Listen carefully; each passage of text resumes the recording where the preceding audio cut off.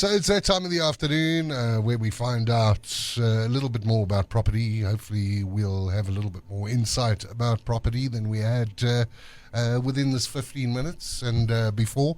And this afternoon we welcome again from Etchells and Young, Mr. Harry Myberg. How are you, Harry? Awesome. Thank you very much. Thanks. Oh, very to well. have you in Thanks. the studio, man. And today, I think a lot of people are going to be relating to the topic that you've brought forward today, and we're going to be talking about tenants and what you should do when approaching a new rental. Are we talking on behalf of the tenant or on behalf of the landlord this afternoon? So we're talking on behalf of the tenant today because we're quite landlord-centric generally as estate agents and property practitioners. So I just thought to change it up a bit. You know, what is the best advice and the top tips that we can actually give to tenants when they are looking at approaching a new rental? All right, well, let me ask you the first question then. How can a tenant make themselves attractive to a landlord? Because I would imagine that a lot of people, like let's say I've got a place that I want to rent out and you are the estate agent, I would imagine you would post it on whichever platform and you'll have 30 people wanting to come and have a look at this property, right? Absolutely. You know, the more popular the property or the complex that we are renting out, the more applications you get. And, so how do you make yourself more attractive as a tenant? And the first thing, put yourself in the landlord's shoes. What does he want? What's he looking for? So anyone who owns a rental property has bought that for an investment, no doubt. Of course. So they want to make sure they get their best return on investment. And what's the landlord's biggest fears? 1, not having your rent paid. 2, not having your place trashed by the tenant. So those are the 2 big things. And 3, that the tenant's going to actually move out at the end of their lease or whenever the lease is ended. So we've got to look at from that perspective then is what should you do? And the first thing I would say, because it's surprising and thankfully it's not that often, but sometimes for the smallest problems people get so combative and they just want to fight. Yeah. So be courteous, be nice. In the very first viewing that tenants take, sometimes, the different attitudes of different people is actually quite astounding. So if I had to walk in and go, geez, like this stove looks like it came out of the 60s, these cupboards probably need a coat of paint, but you know what, I might take it. You'll reconsider me as an applicant, wouldn't you? Exactly. And bearing in mind that, you're going to be speaking to 2 people at that point. You're either going to be speaking to the agent who's doing the viewing. Yeah. When I say you, I'm referring to the tenant. Or you're going to be speaking to the landlord themselves. And those 2 people, if there's an agent, they're involved with that process with the landlord normally until the end, either just doing the placement or doing the placement and the management. So the more hostile and arrogant and cocky you are, the less likely that they're going to even put you forward, even if they received your application. And if there are several applications that come in over a viewing, then, the agent has got the landlord's ear, and then they're going to be speaking to them and saying, we've got 2 applicants, person 1 really didn't come across as a very nice guy, and I think we're going to have trouble throughout. He, was difficult about every single thing. Or applicant 2, what a nice couple, really lovely people, friendly, courteous, and happy to just chat to us. Yeah, they asked questions, which is their right. So that's the one thing for sure. Well, let me throw a spanner in the works. Let's create a scenario. You've got a very abrupt, rude person that comes through, but all these other checks are fine. And then you've got a couple that come through, loving couple. Let's say the property is up for 20,000 Rand a month, and they say, listen, Harry, we could probably only afford 17. That is our budget. And now you've got those 2 people, those 2 candidates. Which candidate do you go for? Yeah, that's a great question, Al, because it's really about choosing the best return on investment for the landlord at the end of the day, as we kind of started off with. But the agent who's dealing with those 2, assuming it is an agent or even the landlord himself, he's going to make a call. Who am I going to get on with? This is a long-term relationship. Indeed. Most tenants don't want to move out after the first year if they're happy. Yeah. And the landlord wants to keep a tenant going. So you're looking at a 2-3 year relationship, normally at a minimum, and 1 year at the absolute least. Yes. So it's a similar scenario, and just to maybe back out of that question slightly without answering it fully, is when we get to do a renewal of a lease, and the tenant says, I'd love to stay here, but you want to put the rent up from 17 to 20, I can only keep it at the 17. And our advice 9 out of 10 times would be, if that's been a good tenant, then keep them, rather than force the increase, have the tenant maybe leave, and then you don't know who you're going to end up with afterwards. Because your home might be empty for 3 months, and that would make up the shortfall exactly that the tenant was willing or decided to waive. Yeah. So I've copped out a little bit by referring it to a renewal situation, because exactly that. At least if the tenant that starts off, my advice is normally going to be, if you feel good about a guy, even though all of his credentials might not be 100% order, but you think you can work with that person. Normally, from a landlord's perspective, that's who we would suggest that you go with. So what questions should a tenant be asking a landlord before they just sign a lease? Because I would imagine, let's say I'm happy with the place. You've said, listen, Al, it's yours. Sign on the dotted line. What questions should I be asking you before I sign that lease? So that's also very important. And remember, as we said, from a tenant's perspective, there's a couple of things. And we recently had a case where it's the first time we offered that property for rent. Got a really good tenant in, and within 2 months, their water and lights get cut because the landlord hadn't paid their levies. They had a massive outstanding levy bill. So the first question that the tenant should be asking is, are your levies and are your rates and taxes up to date? And I think that's a very fair question that the landlord should answer. Yeah. And should answer well. The tenant is the one who's going to sit with the problem. Indeed. Down the line, if there are services that have been cut. And other questions like repairs, maybe? Is that one that a tenant could ask? No, absolutely, and especially if they're viewing the property and they see there's a couple of things that in their mind should be done. They do need to clarify, okay, what repairs are actually going to be done, and what are the items that we're simply going to note. Also, are you planning any upgrades? If I'm going to stay here for 5 years, these carpets are looking a bit dodgy. So can we, after year 2, replace the carpets? So speak to them about the upgrades that can be made to the property. And then, if there's an agreement that certain upgrades are going to be made, then those should be placed in the lease, either under the special conditions or somewhere in the lease where it refers to that, so that it can't be a promise made, verbal promise, and nothing comes of it. Another very relevant question is for the tenant to ask the landlord if they are planning on selling the property, or they. Fair question. Yeah, because now you're 3 months into your lease and the property gets sold, then you need to move. Provided, of course, there's a clause in the lease, which often there is, that allows the landlord then to cancel that lease. Or the landlord, are you planning on moving back in? Especially if they are abroad or in another city. When are you planning on coming back to Joburg? Because moving can also be quite expensive. Absolutely. So that's a good question to ask. I actually had a friend now recently who was renting a place, and he was renting a place. It was a single lady. She got involved, moved into his house. My mate moved into her house, and after a year and a half of staying there, she needed to move back to the house. So those are all the things that you need to just find out. And, hopefully most of the time you're going to get a straight answer. Obviously, there's going to be times that situations change and people don't know. Yeah. And things suddenly need to be addressed. But in general, those are questions to ask. And another one that you might want to ask, these days for us in South Africa, and especially Joburg, security is a big thing. So ask, have there been any significant security issues, criminal activities, break-ins in the complex or in here? Because it is a fact that certain complexes are targeted and are easier, and others not. And there are others that have not had a crime issue in years and years. So, ask the questions for sure.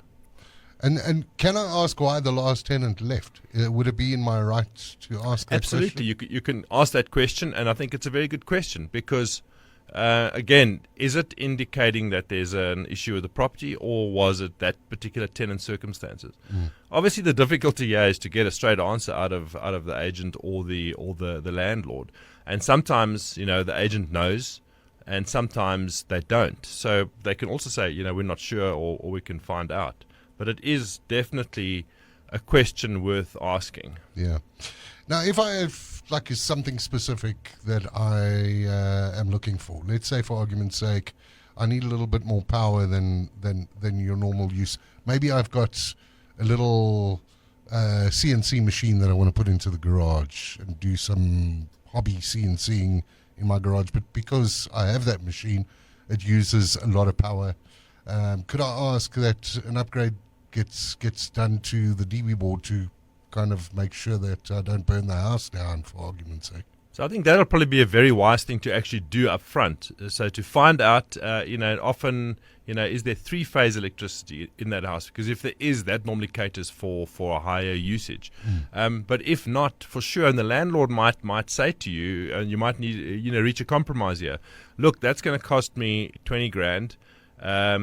You pay 10 up front, and I'm going to give you that 10 back when you leave, or something along those lines, because it is his upgrade at the end of the day, but it is as a result of your requirement that he's making that. Indeed. So those things can be negotiated for sure. And I mean, those are good questions to ask if you have a specific requirement as well. And then again, make sure that goes into the lease, not just a handshake at the time that 6 months later everyone has forgotten. Indeed.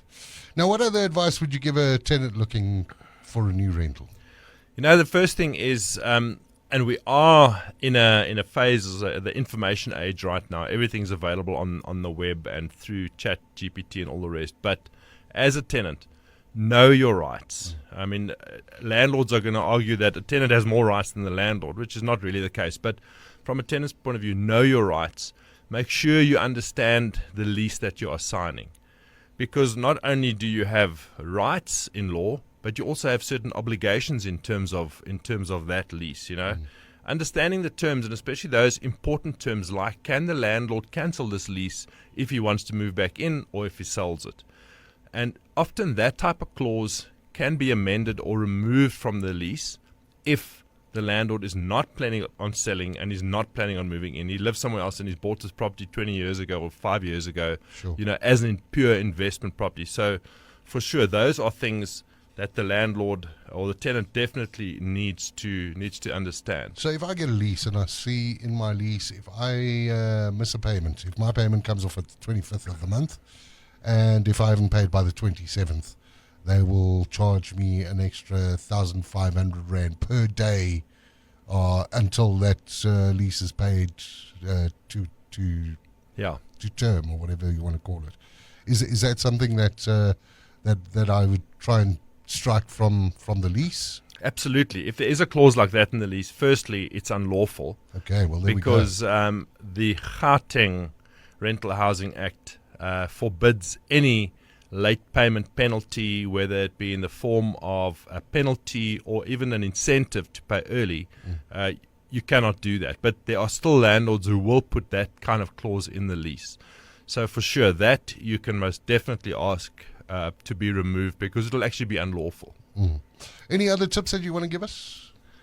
So the first one is obviously, as a tenant, go into this with your eyes wide open, have a look around, and I suppose I've got to be careful what I say here, but sometimes there is a reason why a landlord is renting and managing this property on his own and not using the services of a professional rental agent or property practitioner.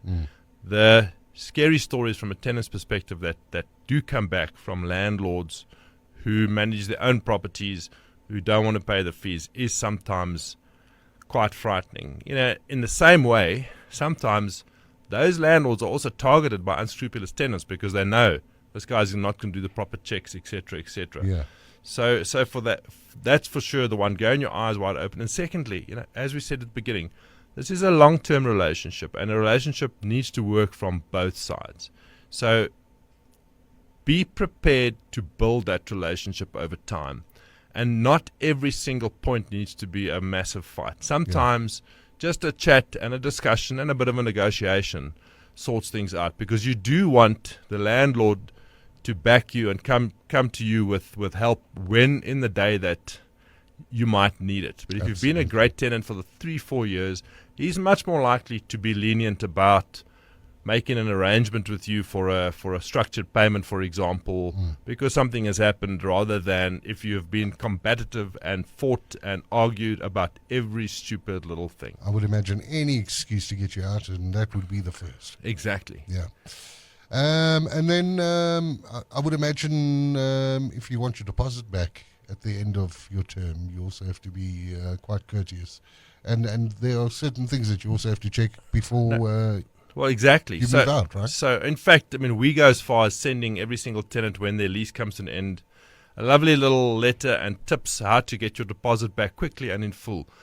So the first thing is, we spoke about your obligations, and one of your obligations as a tenant is to hand that property back in the same good condition that you received it in, including the repairs that were made afterwards, and excluding obviously any wear and tear items.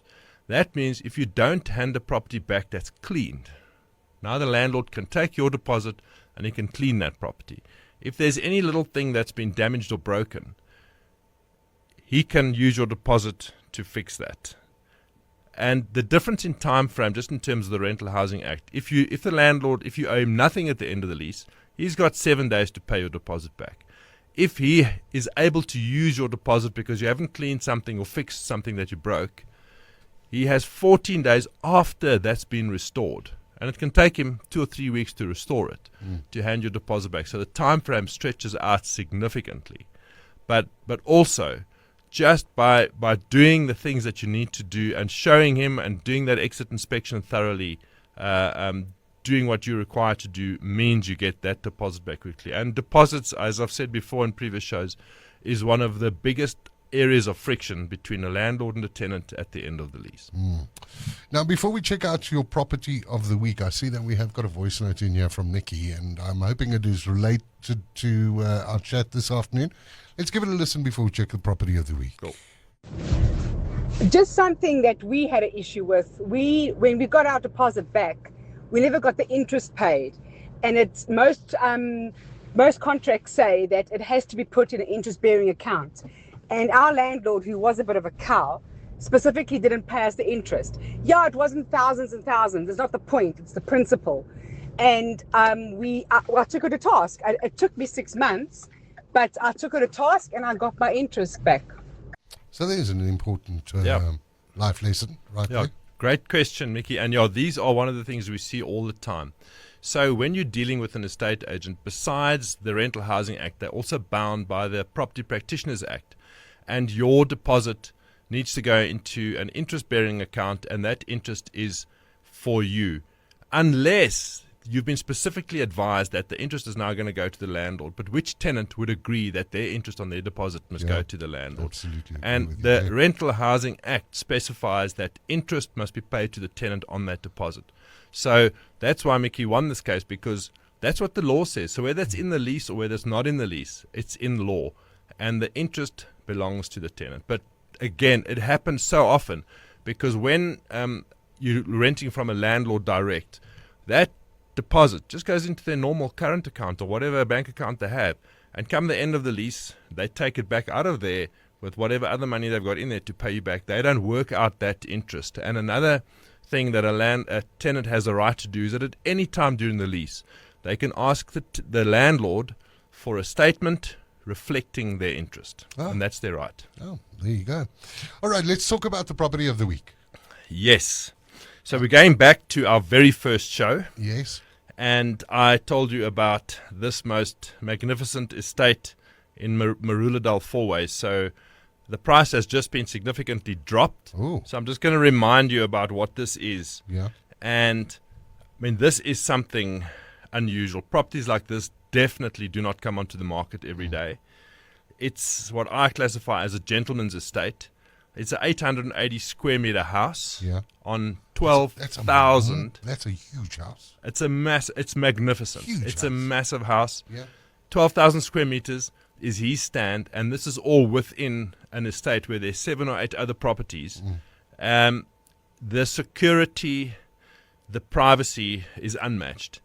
In the 20 or 25 years that the owner of this property who developed this estate started, they haven't had one single incident of crime. Wow.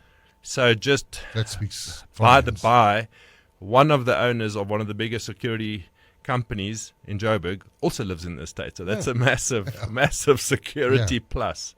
So that's what's it, 880 square meters, bar in the house, beautiful spiral stairs that go down into a wine cellar, upstairs into a spare room. How many bedrooms are we talking? There's 5 bedrooms, 4 bathrooms. There's 3 extra cottages that you can earn rental income on, tennis courts, all the backup stuff, solar, generators, beautiful gourmet kitchens, walk-in cold rooms and fridges. Wow. I mean, this is something really, really special. And most magnificent indoor and exterior entertainment. This whole house is structured around that entertainment with the bars and the wine cellars. Outdoor areas leading onto pools, briar bomas. Look, words really don't do it justice to explain. There's some beautiful photos and a video on our website. But if anyone is interested, then Les Pretorius is our agent who's dealing with this. You can reach Les on 083 268 6887 or Les, that's LES, Les at etchelsandyoung.co.za. See, if that property tickles your fancy. It's been dropped, to 13.5 million now, so you got 2 bar off the original listing price.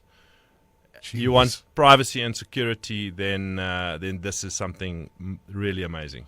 There we go. So go and check it out, etchelsandyoung.co.za. You'll find the listing there, and you'll find all the contact details and telephone numbers to get hold of. Who are we chatting with? Les. Les Pretorius. There we go. So you can get hold of Les, and maybe this is your next dream home. Absolutely. Harry, thanks for joining us this afternoon. Thanks, Al. Always a pleasure. Absolutely. And we'll chat with you next time, next week, this time. Yes, and we'll talk some more tenant stuff, or maybe this time we'll talk landlord stuff on with regards to rentals. Lovely. Lekker to have you in the studio. Awesome, thank you. Here's Ray.